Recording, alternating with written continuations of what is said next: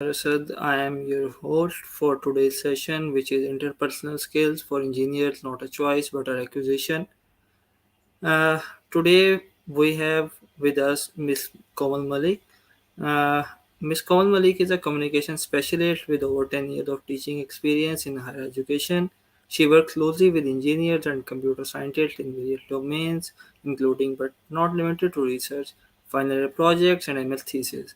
She believes that communication is the key to success, not only in professional but in personal life too. So I'm gonna hand over our session to Miss Komal. Miss Komal, you can share your screen now. Thank you very much, Zunair.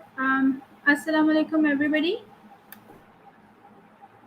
Um, Let me just share my screen.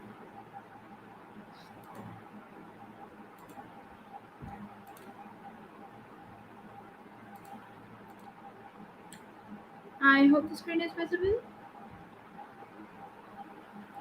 Zunair, can you check it with me if the screen is visible?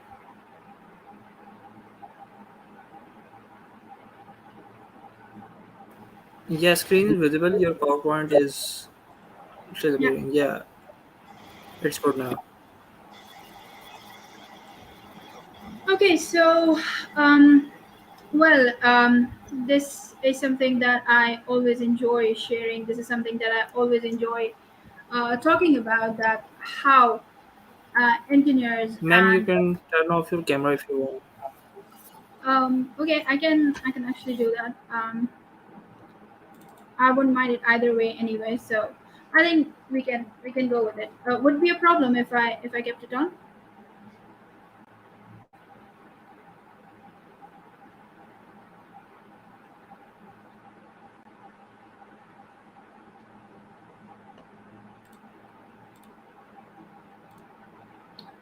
Never mind.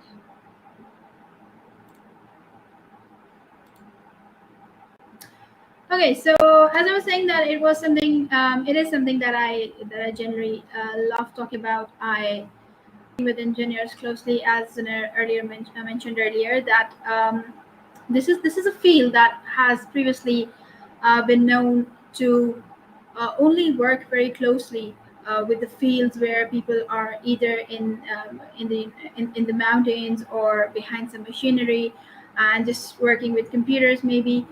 However, times they have changed. Now we work in close teams.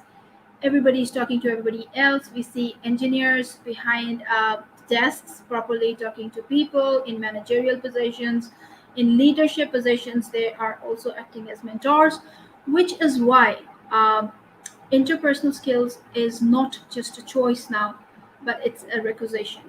I would also like to just add here that while I used the word requisition instead of a requirement, uh, is because requisition is something that is officially needed, something that is needed by an office through a proper request. So while most people are now applying for office jobs, they would see that this is one of the prime a requirement by the recruiters that people should display exceptional interpersonal skills. There are numerous tests, there are numerous evaluations that take place while people are being evaluated, not only for their uh, pertinent subject skills, but also generally their interpersonal skills. So let's see that what are those few things that interpersonal skills um, have, and the engineers most probably should get them. I would also like to mention here that when we talk about teamwork, so teamwork is not just those work that we do when we get an assignment or when we are working on a project. Teamwork is generally when you're in a workplace. So I would be talking mostly about the workplace because I think that's the most pertinent point of discussion that most people who would be moving on to the workplaces, how they should be able to manage. So before we move on, I hope that I have my audience here with me who would like to do this little Jamboard for me. I have this link right here for you. If you can, let's see if I can copy it for you in the comment section. Zunair, if I put it in the comments, people be able to see it. Yeah, you can share it to them. Okay, so can You I can just, just send us to, yeah, send it to yeah, us. We can share it for them. yeah, I've just shared it to you. So what you can do is that Yeah, you share this our link. team will share it to them. Yeah. Yeah. Okay, so what my audience are going to do is that they are going to open this Jamboard link, and there is a small question out here for you, which says that which interpersonal skill do you struggle the most with others. So what you can do is that if you can see,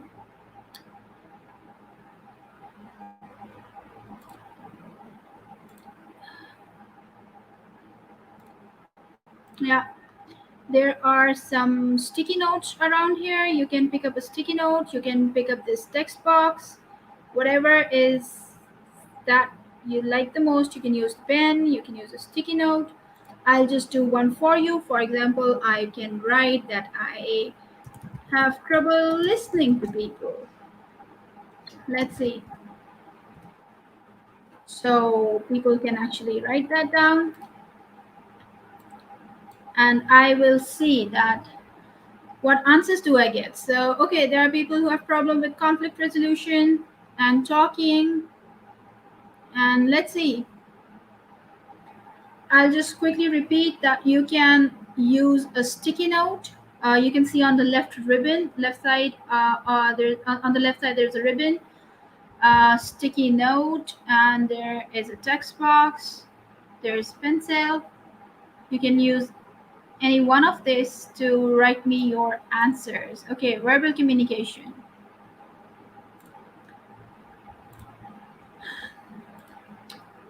Okay, I would love to see some more answers because there are 15 in total viewers. So let's see if we can get some more answers. Okay, talking to superiors, conveying message to the leads, legit, teamwork, cooperation, interesting. So, that's precisely something that I would be talking to you guys about. So yeah, helping out juniors. Yeah, this could be quite a task. I can imagine.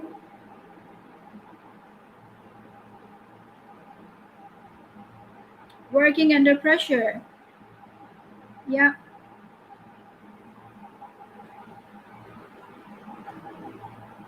Okay, so thank you everybody for sharing your ideas and thoughts about this. So I will just quickly come back here, and let's see that whatever you have mentioned just a while ago, the problems that you might face sometimes, such as all of these things that you have mentioned. So based on that, I figured that there are quite a few things that we can talk about in today's session, and a few of them could be emotional intelligence. This perhaps caters on large scale all of these problems that we have previously talked about. I would also like to talk a little bit about assertiveness at the workplace and conflict management, as one of my audience has also talked about that. And then, of course, persuasion and negotiation skills. So this is something that this session will cover. However, because in one session I would not like to go into too much of the details, so I will try to remain very, very basic with all of you. But inshallah, if ever we'll have subsequent sessions, so why not? So the first thing, this is something that I always prioritize whenever I'm talking about interpersonal skills, because this is something that most of us struggle with. Over a period of time, we are told to not be too obvious with our emotions. We have always been told to suppress our emotion, to not talk about our emotions so much. However, that is so absolutely wrong because, to begin with, emotions are precisely a part of your physical brain.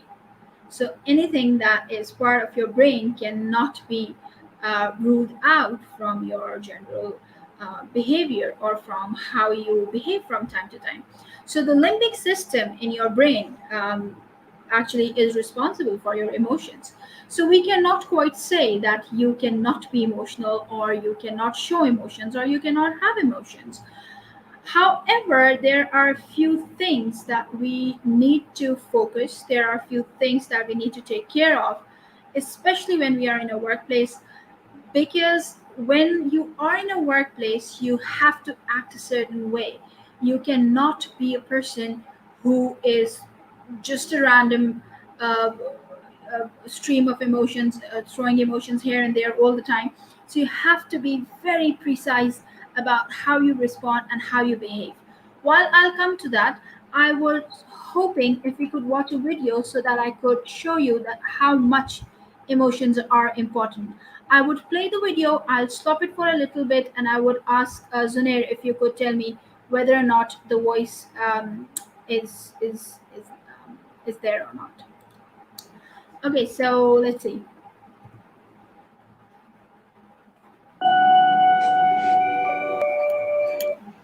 Zunair, do we have the Yeah. voice? Yes, we have the voice. Okay.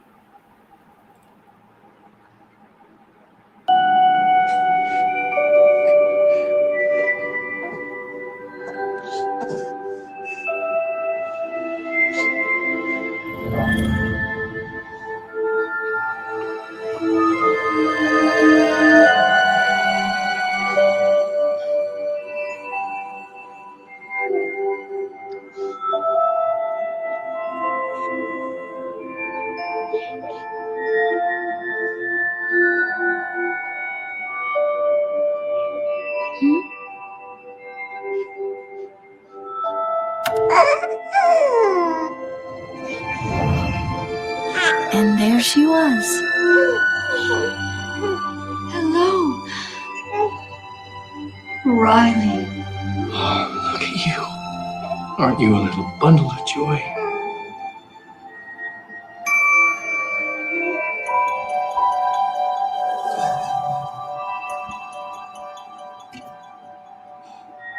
Aren't you a little bundle of joy? Wow.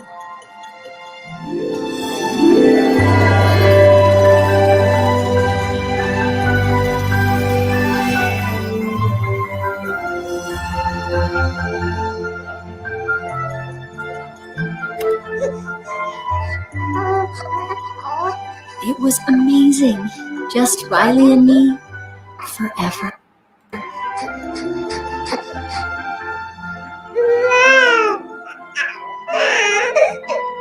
For 33 seconds.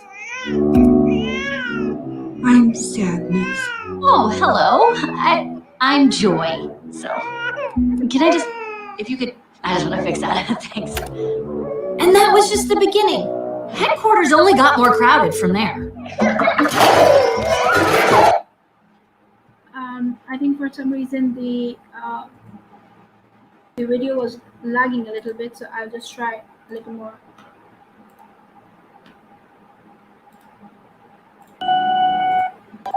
Riley and me forever.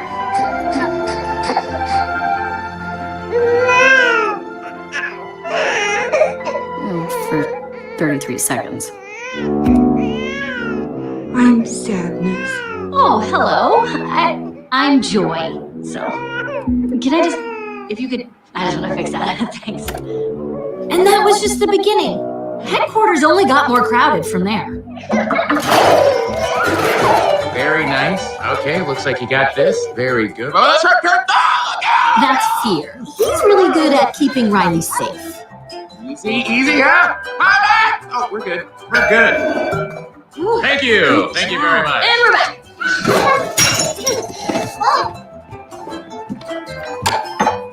we go. All right, open.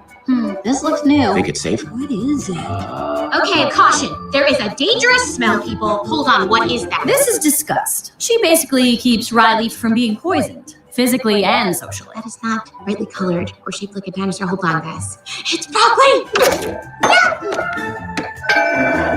Well, I just saved our lives. Yeah, you're welcome. Riley, if you don't eat your dinner, you're not going to get any dessert. Wait, did he just say we couldn't have dessert? That's anger. He cares very deeply about things being fair. So that's how you want to play it, old man? No dessert? Oh, sure. We'll eat our dinner right after you eat this. Riley, here comes an airplane.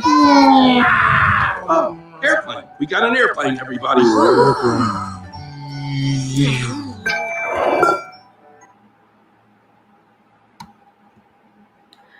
Okay, I'm sorry if the video was lagging a little bit. It was lagging at my side. I'm not entirely sure why it was so, but anyway, the reason that I wanted to show this video precisely before I began talking about emotions was to tell you that emotions are an integral part of human self. Everybody is born with emotions. So you could see that while she was born, she had certain emotions. She had happiness and sadness, anger, disgust, fear. All of these emotions are natural. So if you have these emotions in you, this does not mean that you are weak or you are somebody who cannot handle situations or somebody who would want to be in a certain place because they are fearful, so they are not good enough for a place. Nothing is actually so. Why? Because everybody is born with such emotions. However, what we are doing today, this session, is primarily why we need emotional intelligence in our life, so that whatever emotions we have, we can channelize them, we can put them into the places where they actually belong.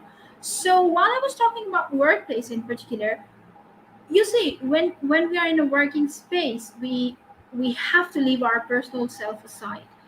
We can, if for an instance, I am a person who is generally very aggressive, somebody who generally cannot take no for an answer. So of course, for me, things would be very difficult at workplace because there are people who would not like me. There are people who would be upset with me.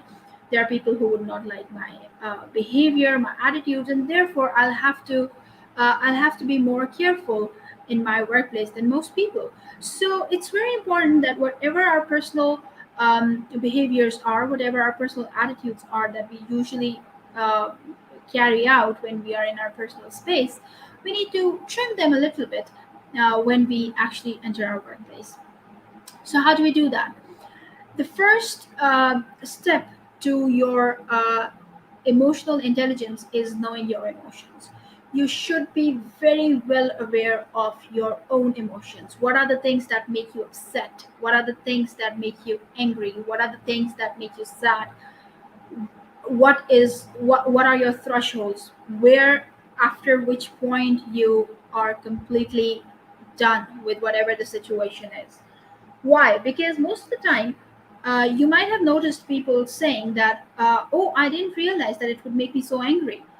Well, you should know what makes you angry. You should know what are the things that make you really, really upset. Because not until you'll be aware of your emotion would you be able to manage them. And if you cannot manage your emotions, you won't be able to manage the situation. So the first step is to knowing yourself. Whenever I talk about knowing one emotion, I always talk about this thing that, we always talk about how we know certain things while we spend some time with other people. We sit with them, we talk with them, we get to know them. But all these years that you have spent with yourself, have you been able to know yourself? Do you actually know who you are? What are the things that you cannot tolerate, the things that you can actually tolerate? So self-awareness is the first step. And once that I'm aware, what are my thresholds? What are the things that make me extremely happy? What are the things that make me extremely upset or sad? Then I'll be able to manage those situations. I'll be able to manage that. Okay, this is the point where I cannot take anymore, so I'll sort it out. I'll figure a way out. But What's interesting about emotional intelligence is that it does not just end with me. The whole concept of interpersonal skills, the whole concept of communication skills is that you are able to share. Share your ideas, share your beliefs, share your perspectives, share your emotions with other people without a glitch. That is what the entire concept of interpersonal skills is. So, while I said that you have to manage your own emotions, you also have to know other people's emotions. Now, as unrealistic as this might sound, it's quite easy. You have to see that where the situation is going. If you see that the situation is heating up, you should know what to do. If you see that the situation is getting the air is getting thick, the situation is getting out of hand, you should be able to manage other people's emotions as well. So you should be able to calm them down. You should be able to tell them that how things are going to be okay, or how you can think it through, how you people can work it through, and of the sort. And then eventually, if you see, it's a circle on your that you can see on my screen. Why? Because it's a continuous process. While I'll be able to know my emotions most of the time, while I'll be able to manage my emotions, I'll be able to know other people's emotions, and I'll be able to manage other people's emotions, yet sometimes I might fail because it's not possible for everyone to know everything at every point of time. So while there might be situations where things do not quite work the way you want them to work, what you've got to do is to not lose hope. Do not think that you're not good enough. Do not think that you do not have good communication skills. Do not think that you do not have good interpersonal skills. So, what instead we are going to do is that we are going to motivate ourselves. We are going to tell ourselves that, okay, things didn't work out quite the way I wanted, but I can fix it. So, anything that's fixable is good. So if you notice that I have written here IQ or EQ. So as IQ, all of us knows, is intelligent quotient, EQ is emotional quotient. So as I was previously saying, that most places, most workplaces are asking for people whether or not they can handle certain situations. I'm not sure if you yet have experienced something like a job opportunity or something. They mostly ask such questions, that tell us about that one time that you were leading a team. Tell us about that one time that you had a problem and you were supposed to solve it. Tell us about the one time that you had to make a decision, or tell us about that one time when you had to work under pressure. So all of this together basically helps them understand that whether or not you are an emotionally intelligent person. So you have to make sure that you are emotionally intelligent, you know your emotions, you know other people's emotion, and do not just suppress how you are feeling. The entire key of communication is that knowing, finding out what you're feeling, and then you being able to communicate to somebody else. You being able to tell someone in a very polite, nice, courteous, and considerate way to somebody else how you are feeling, which will bring me to this, that how we generally do this. Somebody mentioned in our Jamboard that they cannot work under pressure. So here's this little photo that I found interesting. That while most of us we very confidently write that we can work under pressure, when the actual pressure comes in our life, we just totally give up. That's because we have unrealistic expectations from us. At the end of the day, we are human beings. Yes, we should be able to work under pressure, but we should be we should also be able to manage our stress. We should also be able to control our impulse. Instead of just reacting to a situation, we should be able to respond to it. When you get an angry email from your boss, when you get an angry message from your subordinate or your colleague, instead of just reacting to that, telling them that you don't want any one of them on your team, or you are thinking about resigning from the workplace, just take a moment, take a deep breath, uh, look out for something that helps you calm down a little bit, and then think about the answer. One example that I always quote here for people to relate to is that most of the time when we are in certain situations where we are in an argument, and we just make an argument, and then we come back, and while we are in the shower or we lie down on the bed and we think that, oh my god, I should have given this answer at that time, why did not I think about it then? Why? Because that's what taking a deep breath helps you with. This is something that when you take out time, when you get out of the situation, when you step away from the situation, you are able to think things through. So, which is why you always get perfect replies in the shower or in the bed, and you feel like that, oh, I wish I could reverse the situation. So, this is something that will help you a lot in your workplace. That if you ever find a situation where you cannot find a good answer at that point and you are very angry and you cannot take control of your impulse, just take a deep breath, walk away from the situation for a little bit, and then think about what you want to do, and I'm sure you'll be able to come up with an excellent answer. Another important thing that I would like to talk from the perspective of emotions is that while we watch this little video right now, so you might have seen that after joy, the first emotion that appeared was of sadness. We have always undermined the importance of sadness. We never understand that how important sadness is in one's life.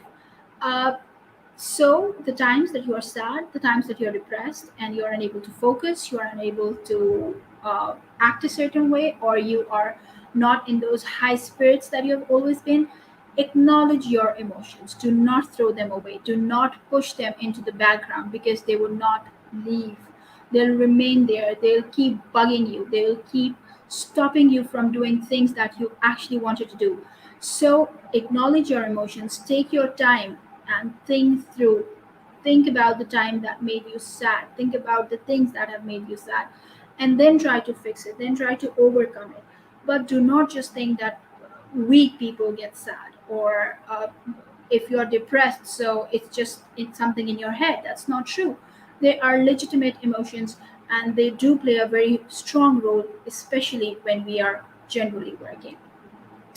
So, having said that, it is now leading me to my next point, that yes, I understand my emotions. I know my emotions. I know I'm upset. I know I'm sad. I know I'm happy. Then what? Then how do I tell somebody that I am a certain way? I'm in a certain position. That is one of the most important things, which is assertiveness. So, what most people think is that assertiveness is being always the right one, someone who is always someone who always gets their way, someone who is always able to make everybody say yes. This could not be more wrong a perception. Assertiveness has nothing to do with your being right or your being wrong, or your getting a yes all the time or you getting a no all the time. What assertiveness is, that you respect yourself, you respect your opinion, and you respect somebody else's opinion as well. So basically, generally in life, we have four different communication personalities. There are people who are assertive, who think that I win and you win. There are people who are passive aggressive, who think that if I lose, I'll make sure that you also lose. Then there are aggressive people who always think that I will win and I'll make sure that you lose. And then there are passive people who believe that it's only I who always should lose and the other person should win. So I would request you to take a moment. I'm not going to ask which personality you can relate the most to. Also, most people answer that sometimes we are assertive, sometimes we are passive. No, that's not how it is. How you mostly react. So whether you are a passive aggressive person who does not say anything in face, but they keep those grudges inside, and whenever they find some point that, okay, maybe this is the time that I can get back to this person. Maybe if they have asked me, oh, what's a best example of passive aggressive personality? When we are extremely careful with the waiters, because we know that they're going to spit in our food if we are going to be disrespectful to them. So that is what passive aggressive is. So that's one example of passive aggressive. I think is quite obvious. And passive people are those who never are able to share how they feel, who never are able to tell that this is not something that they would like to do, who cannot say no, who cannot put forth their requests. And then, of course, assertive, who respect what other people say, and then they also respect their own opinion. So take a moment, think where you are, and we'll just continue with the personalities in a moment.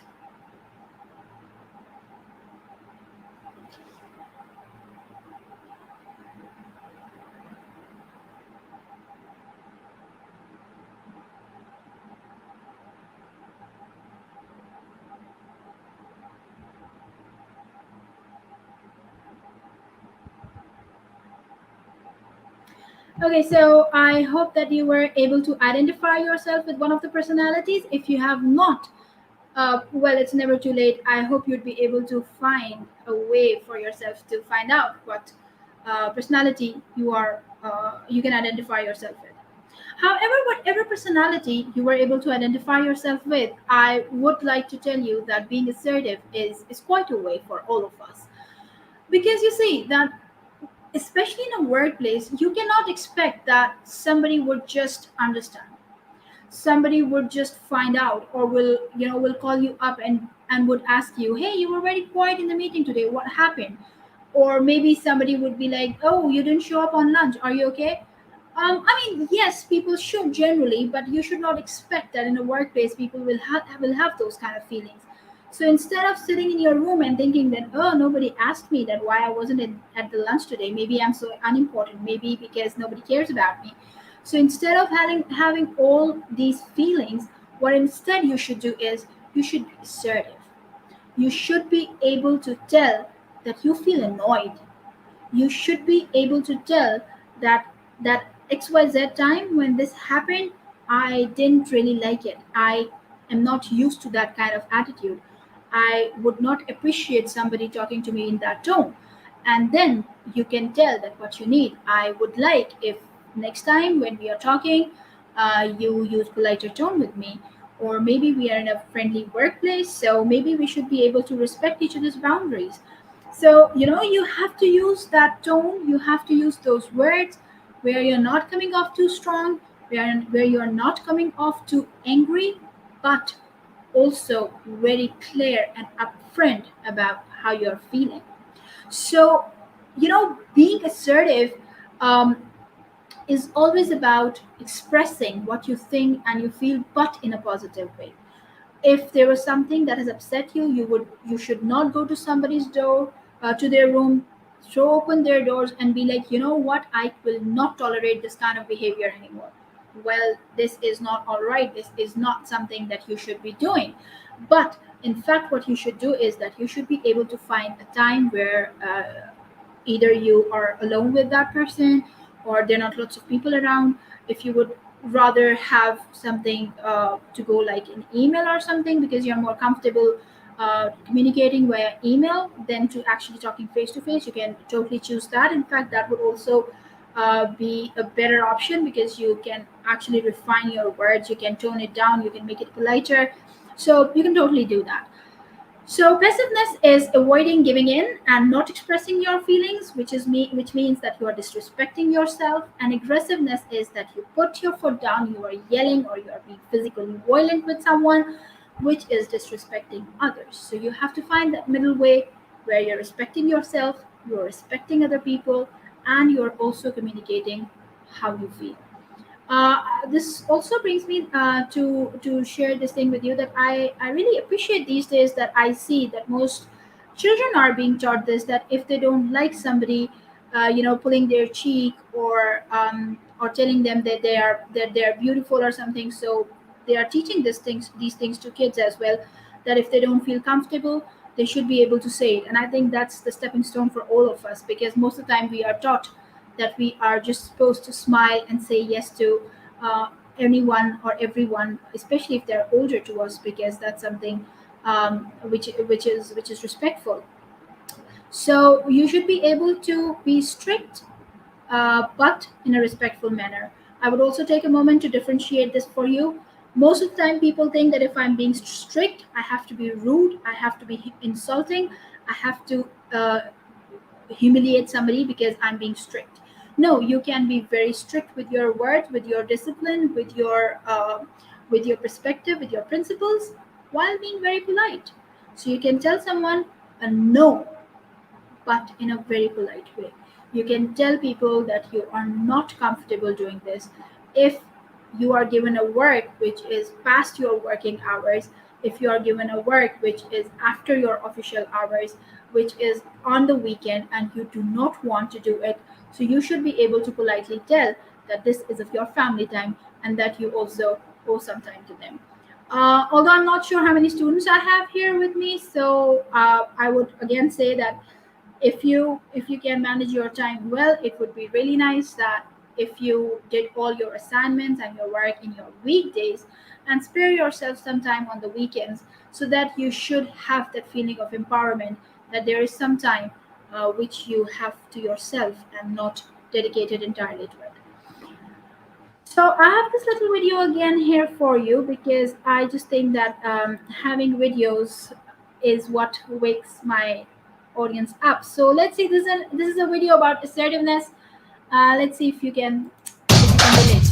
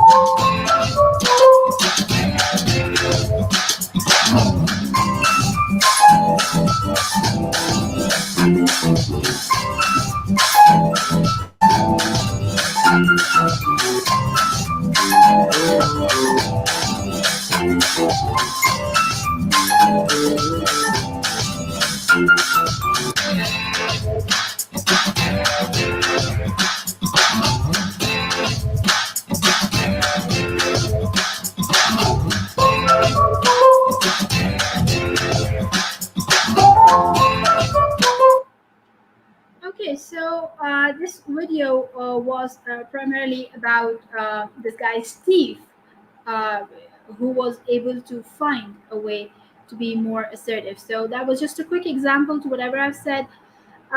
Moving on, somebody in the jam session also told that they find problems with conflict resolution, and that is so absolutely true. Why? Because sometimes we do not even know whether or not we are in a conflict. The first thing that I always talk about when I talk about conflict resolution is the conflicts that we have within ourselves. Not unless you'd be able to resolve the conflicts that are going inside of you, you would not be able to resolve the conflicts that are going outside, because you cannot differentiate what a conflict is. So you have to make sure, the first thing is that listen to yourself. Find out what is troubling you, find out what is the conflict, and then while you understand that where the problem is, you'll be able to resolve the conflict. So there are two things: either you are the one who is in the conflict and somebody is resolving it for you, or you are resolving the conflict for somebody else. So we talk about the later one first, because that's what I'm here for, to help you with. So if you're resolving a conflict for somebody, then you need to be sure that, number one, you are a good listener. This is one thing that communication skill also has, that you have to be a good listener. Sometimes what happens is that somebody is telling us about their problem, and halfway through we're like, oh yeah, yeah, yeah, I know what you were saying. Oh yeah, I know what you mean. Oh, same thing happened to me as well. Oh, this is so normal. Why are you making a big deal out of it? Really, are you upset about this thing? How childish. So all of these remarks are extremely negative. You are not supposed to just snub somebody with a no or yeah, I know, when they are trying to share something with you. So you have to be a good listener. Just listen to them. Even if you can figure the situation halfway through, give them the time. Give them the time to speak out, to tell you how they are feeling. And then if you are part of that conflict and you actually are on the team who is resolving the conflict. So make sure that you control your anger. We have talked about anger management a little bit in emotional intelligence as well, that you have to make sure that you step out of the situation, or you take you take a deep breath and see that what the situation is. um, and then of course, do not leave the problem unsolved. This is not just limited to the conflict, but you know our brain, it's one magnificent piece of art. It does not throw anything away. If you have any idea about the about quite very famous personality disorders as well, that there are people who have certain personality disorders in psychology. We study that mostly they stem from childhood. Mostly they stem from the time that we hardly remember, those instances that we don't remember. Why? Because our brain, it does not forget anything. It does not forget that what happened when I was 2 years old. It does not happen. It does not forget what happened when I was in the school and that XYZ teacher was not good to me, and eventually I started hating that subject for the rest of my life. So all of these things, they play a very important role. So when you leave anything unclear in your head, when you leave anything which is not resolved, or anything that is not sorted out, it will going to create problems for you later. So just because you think that you have said it out loud that I don't care, does not mean that you don't care. If that thought, if that particular situation, it bothers you when you go to bed, or anything similar happens and it bothers you, it means that it is still with you. So you need to resolve it. You need to find a solution to it. One thing that I would like to talk about here is that if you want to resolve a conflict, whether for yourself or anybody else, be absolutely clear about what you want. Whether you want a compromise, whether you want a cooperation from their side, what do you want? Whatever you want, just say it out loud, put it on the table, and see where it goes, so that you are also able to put forth your point of view and you are able to take somebody else's point of view as well. Learn to compromise. Look, as much as I've talked about assertiveness, and people have usually confused these two concepts of being compromising and assertive. As I previously mentioned, that assertiveness does not mean that you'll always get your way. Assertiveness means that you are going to also listen to what somebody else has to say. And if we can come to a point where we can actually compromise, then we should. And then again, uh, try to stay in present, try to find out what are the things that are happening now. Do not go into the past that, oh, that XYZ time this person also did this. Oh, if I will do this, if I forgive this person today, maybe this person will do the same thing, I don't know, 5 years from now. So just don't think about the future a lot, and don't think about past. Why? Because these things are going to only mess with your head so much. Yes, your past experiences should be part of your decision making. Yes, the apprehensions, um, the predictions about future should be part of your planning. But then again, anything that's holding you back, whether from past or from future, you should be able to overcome that. And last but not least, learn to forgive. I cannot emphasize enough on the importance of forgiveness. While most people think that forgiveness is something which holds you weak, which makes you someone who will not take a stand for themselves, it lets people manipulate you, and all sorts of negative things that I've heard about forgiveness. I, for one, believe that forgiveness is that one thing that helps you move on, that helps you learn that it's okay. People can be wrong, like you have been wrong. There might have been multiple times that you were wrong. Might have been so many times that you seeked forgiveness, whether religiously or culturally, or from your parents, or from your teachers, or from your friends. So while you think that you deserve forgiveness, I think we should also give this chance to other people that they also deserve forgiveness. So while you are seeking forgiveness at some point of time, or you will, I'm sure there are people out there who also need your forgiveness. So we should act bigger. We should learn from our experiences, nevertheless, but we should be able to forgive. So here's a little bit that I've already talked about, that you should never avoid, if you are in a conflict, never avoid people. Never try to be like that, oh, I don't care, I'm not thinking about it. Or whether, or if there's something that's bugging you and you just, open a video game and you just start playing that because you don't want to think about it right now. Don't do that. While it's okay to digress a little bit, while it's okay to put your attention to something else for a little bit, but never avoid situations like this, because this is very unassertive, this is very uncooperative. What's actually good is that you are collaborating with people, you are finding out what they want and what you want. You're compromising. Maybe you'll find a middle way, you find a middle ground where you're able to negotiate, where you're able to have a win-win situation, and sometimes be accommodating.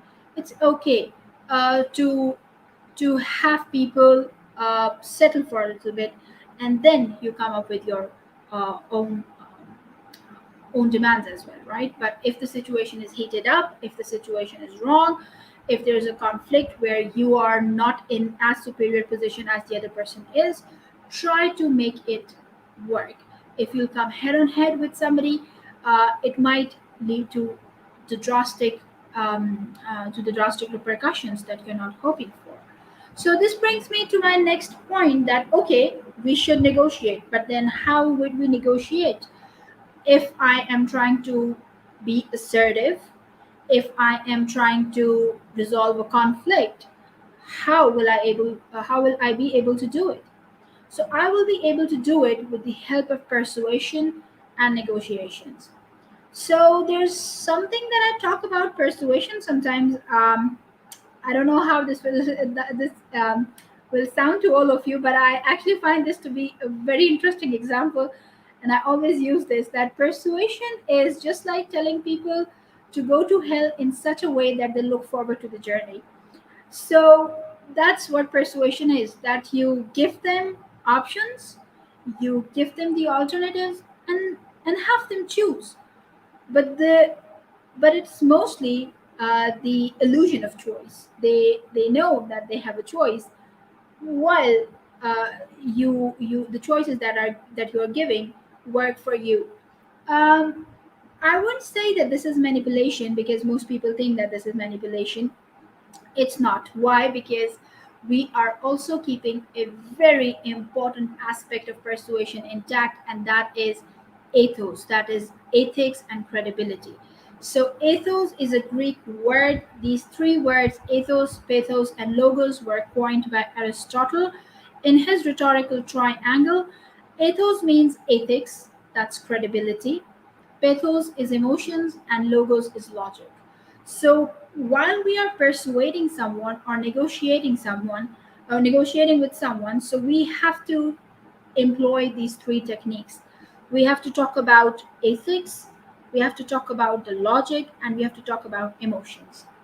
So one thing that makes human beings incredibly superior is their power to reason, and the fact that they use lots of logic. So a superior being such as human being should always use logic and reason. However, sometimes logic and reason might not be the only thing that would help us. So what we do is that we mix in a little bit of emotion.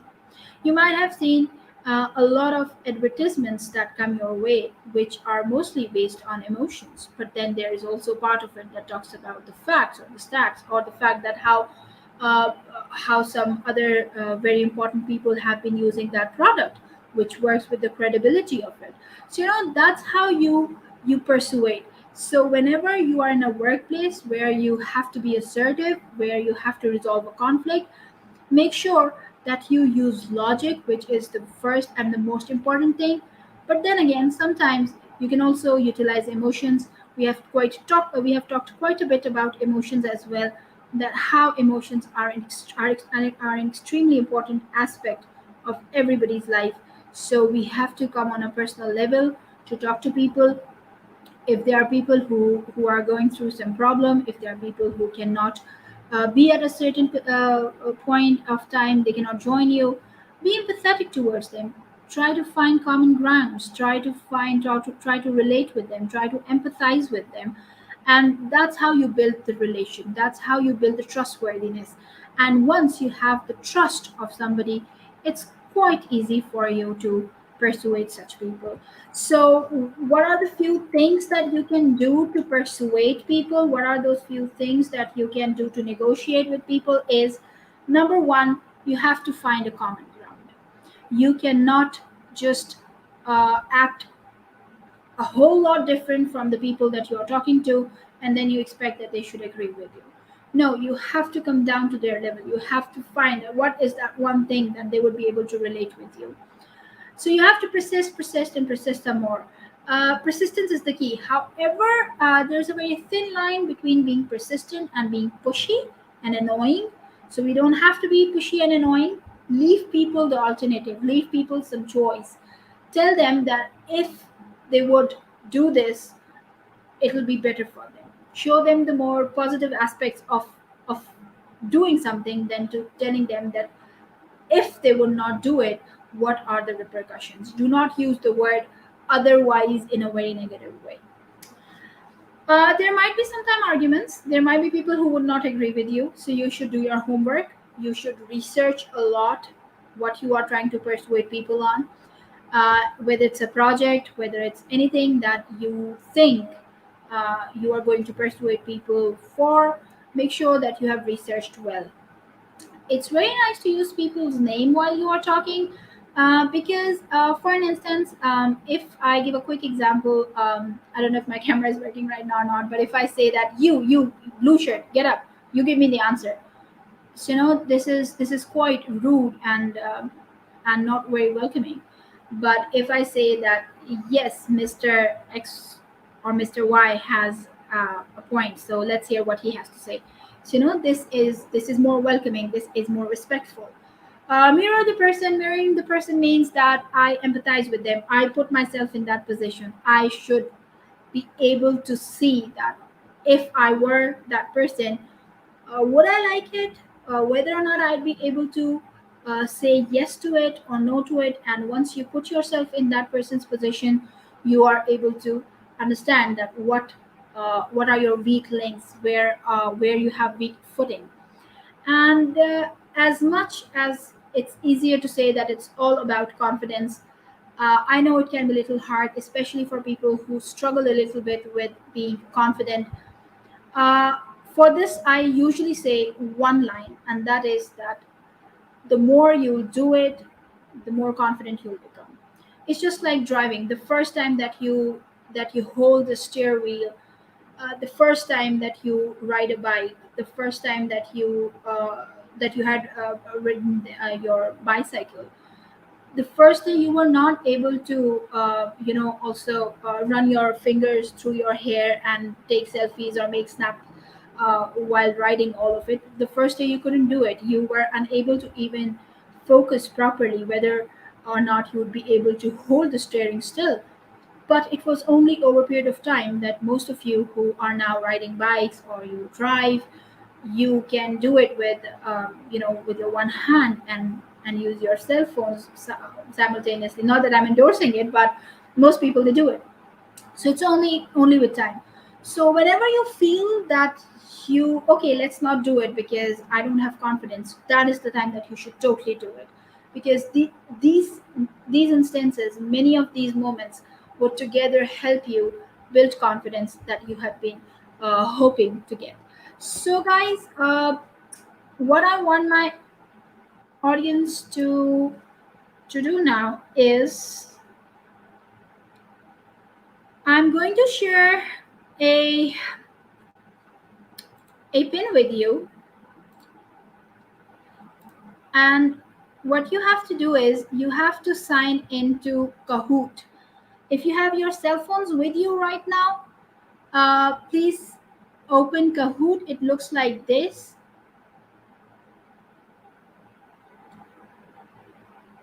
So once you Ma'am, can you please share the link with the audience? no, actually, they just have to Google the word Kahoot, because other than that, I cannot share the link, because this is not how it works. It works with people who would sign up from their mobiles or tabs or laptops, whatever they are using. Uh, this is the pin that you have to enter. So what you have to write on Google is just Kahoot pin.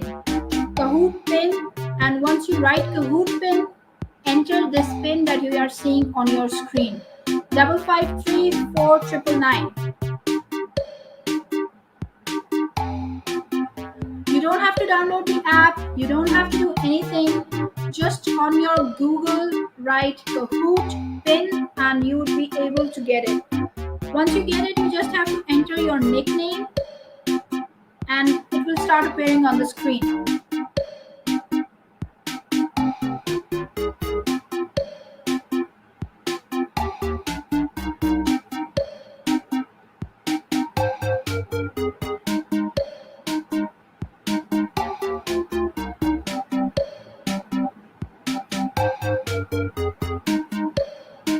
Let's see if I can get any people.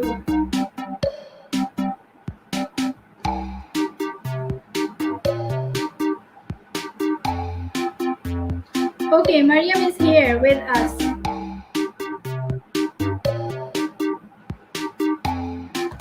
Let's see, am I getting more people? I want some people here to join us on Kahoot.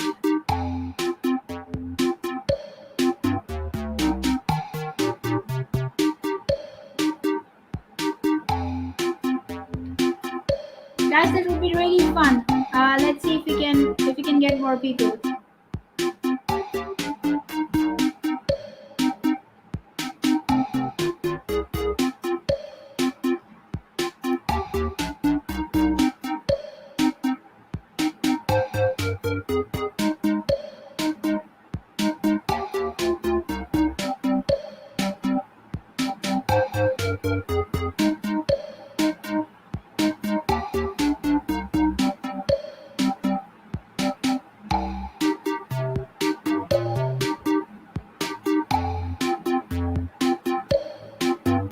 Okay, we have Humera, we have Session, we have Mariam.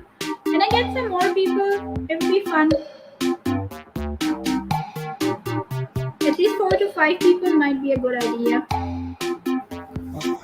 Ma'am, can you please turn the volume off for the Kahoot? Yeah, I can totally do that.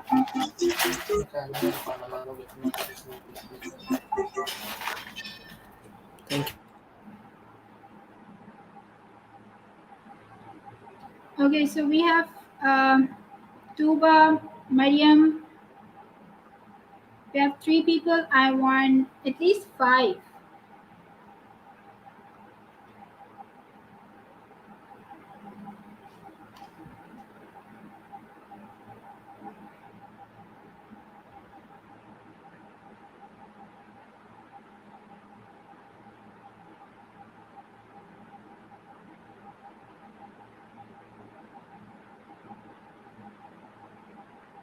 I'll very quickly repeat the instructions.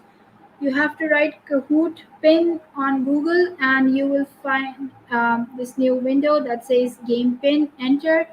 You have to write the game pin. I'm also trying just to be sure that we have people.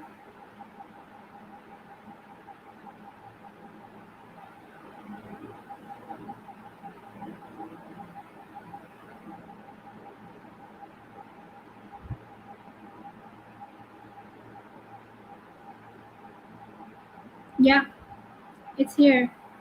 So let's wait for one more person and then we can start.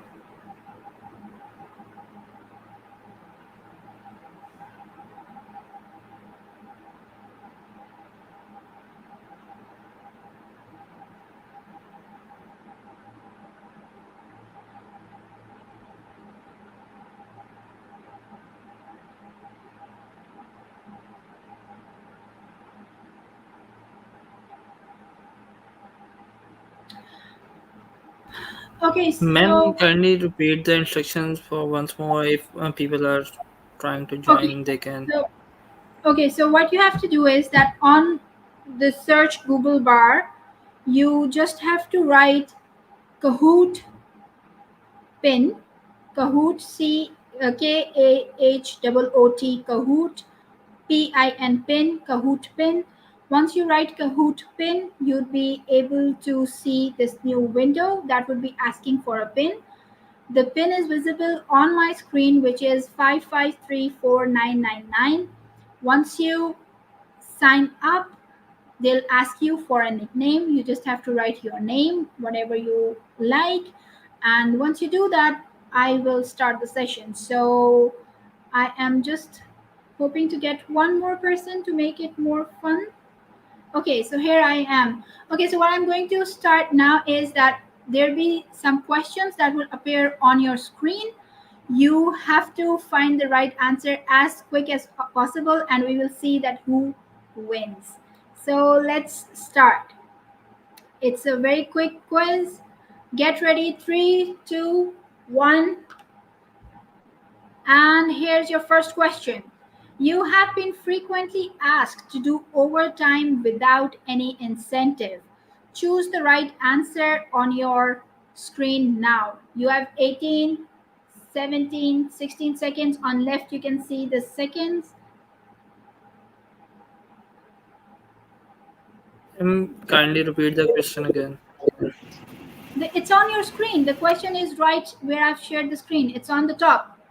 It's appearing now. Okay, next.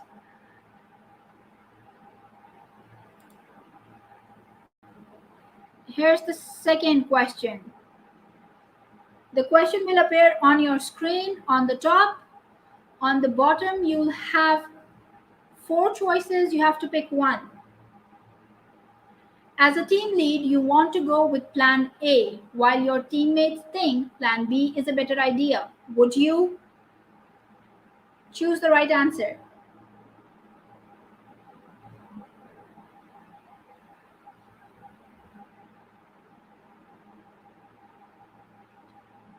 Okay, so next, let's see. Okay, so Humera is topping the list. Kahoot is second. Session is 3. Mary and Humera have to up their game. Let's see. The third question.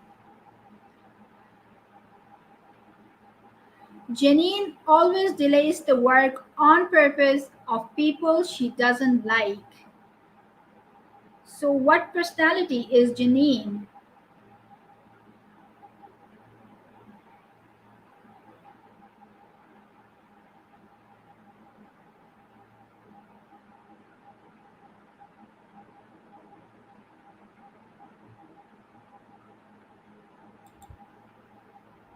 Okay, so Mariam has come up and session has gone down. Let's go to the next question.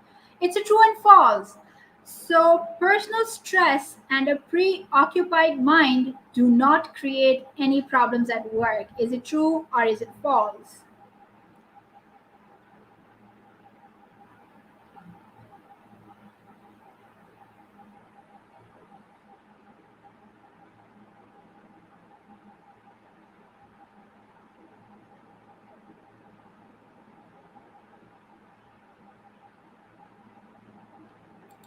Okay, okay, this is actually nice. The charts are changing. So this is the last question. Let's see that who gets it. So since I'm practicing assertiveness, I have to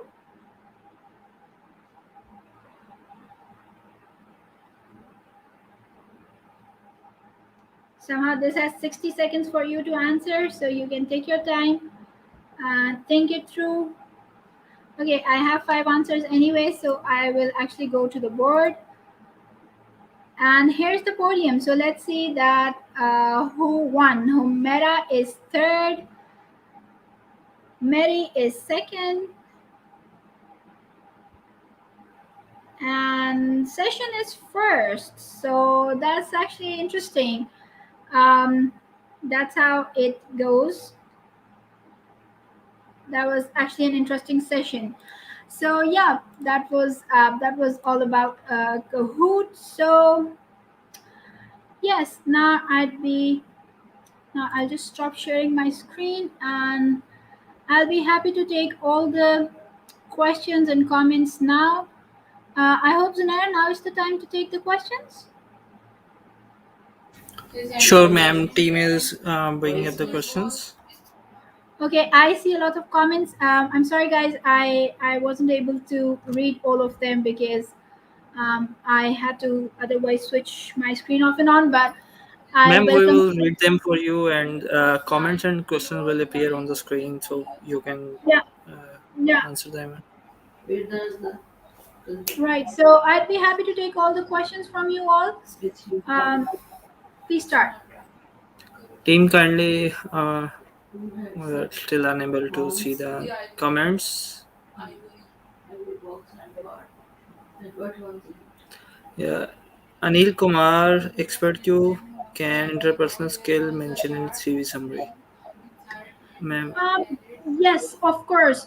In fact, I would say that these days, these CV or resume formats that most. So now I'm getting some disturbance. Somebody is speaking. I'm not sure if somebody's mic is on. Would you be able to check it for me? Thank you. Okay, so yes, as I was saying that nowadays there are a lot of resumes and CVs that actually have this particular section where they are asking you to enter your interpersonal skills because they want to find out whether or not you are a pertinent person for this job. So yes, most definitely you can write your interpersonal skills. You can write that you are a team player. You can write that you have been acknowledged for your best a display of emotions, or that you are a good manager, or you resolve conflicts very well. So yeah, you can always write that. Do you have another question? Okay, Muhammad Kamran says that emotional intelligence is very important for our professional thoughts. Most definitely, yes.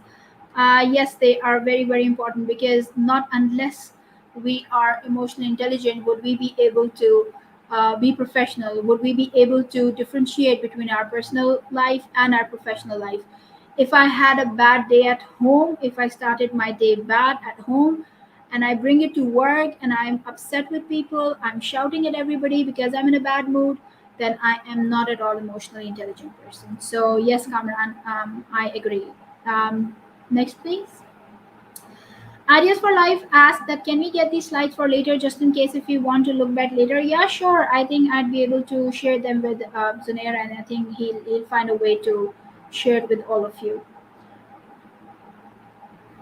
yes, we'll upload the slide and share the link in the section so you can check back later. Yeah, yeah, we can do that. Meg Mubarak says that most of the time, to avoid a conflict, I usually do more than necessary, even others' work. What are some really effective phrases to say seniors to a fellow? Oh, while we were talking about assertiveness, you should not be doing more work because you do not want to get into an argument, or you do not want people to ask you that why didn't you do it. So what instead you can do is that for an instance, I'll just give you a few quick examples. So let's suppose that your senior said that while you're working on that XYZ document, why don't you also take this one and do mine as well, because I'm running late for this one meeting that I have. So what you can do is that you can tell that while I would be very happy to help you with the document, I'm not sure if I'd be able to do all of it, because I already have my to finish. So maybe once you are back, we can sit and see if we can do it together, or something like this. Or if you want to say a complete no, maybe so you can say with something like this that oh, I would have loved to help you, but right now I think I'm very occupied with the task that I'm currently doing. So I am very sorry, but I'm not sure that this time I'd be able to help you. So this is a polite way, but you would be able to say no. I hope, Mehak, that answers your question. Next, please. I am hoping, is that all? Hmm, let me confirm from the team. Okay, no problem.